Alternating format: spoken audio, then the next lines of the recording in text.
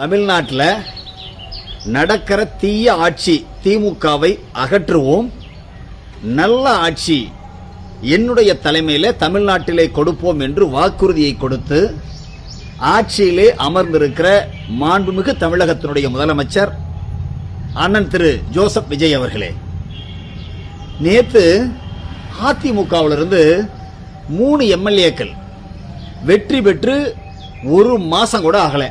மக்கள் அவங்களுக்கு ஓட்டு போட்டு தேர்ந்தெடுக்கிறாங்க. மக்களுடைய வரி பணத்தில் தேர்தல் நடந்துச்சு.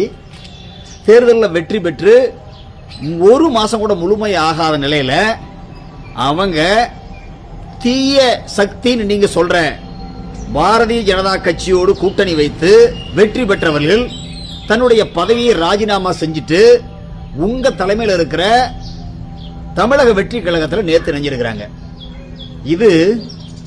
இதற்கு பெயர்தான் தூய ஆட்சியா மாண்புமிகு முதல்வர் திரு ஜோசப் விஜய் அவர்களே. ஆரம்பமாயிடுச்சு.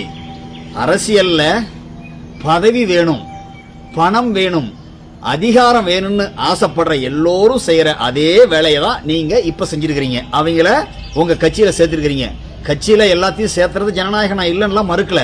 ஆனா இன்னொரு கட்சியின் தயவால வெற்றி பெற்று எம்எல்ஏ ஆனவங்களை ரிசைன் பண்ண வச்சு அடுத்த நொடியே நீங்க சேர்த்துறீங்க அப்படின்னு சொல்லி சொன்னா, ஒரு சாதாரண தொண்டை என்ன மாதிரி இருக்கிறவங்கள சேர்த்தா அது ஒரு பெரிய விஷயமா வராது. ஆனா இன்னொரு கட்சியிலிருந்து வந்து ஒரு எம்எல்ஏவை சேர்த்துறீங்கன்னு சொல்லி சொன்னா, இங்கத்தான் குதிரை பேரம் அல்ல, யானை பேரம் அல்ல, உலகிலே இதுவரை பார்க்காத பெரும் பேரம் உங்கள் ஆட்சியிலே இன்று துவங்கி இருக்கிறது. மாண்புமிகு முதலமைச்சர் திரு ஜோசப் விஜய் அவர்களே, நான் கேட்கிறேன், நீங்க நல்லாட்சியை கொடுப்போன்னு சொல்லி சொன்னீங்க. சரி, உங்களுக்காக நீங்க கிட்டத்தட்ட சினிமாவில் 30 ஆண்டுகளுக்கு மேல சினிமா நாயகனா நடிக்கிறீங்க. உங்களுக்காக போஸ்டர் ஓட்டினா உங்களுடைய ரசிகன் பல இடங்கள்ல அடிதடி பட்டான், எங்க பார்த்தாலும் தளபதி தளபதினு சொல்லி குதிச்சான்.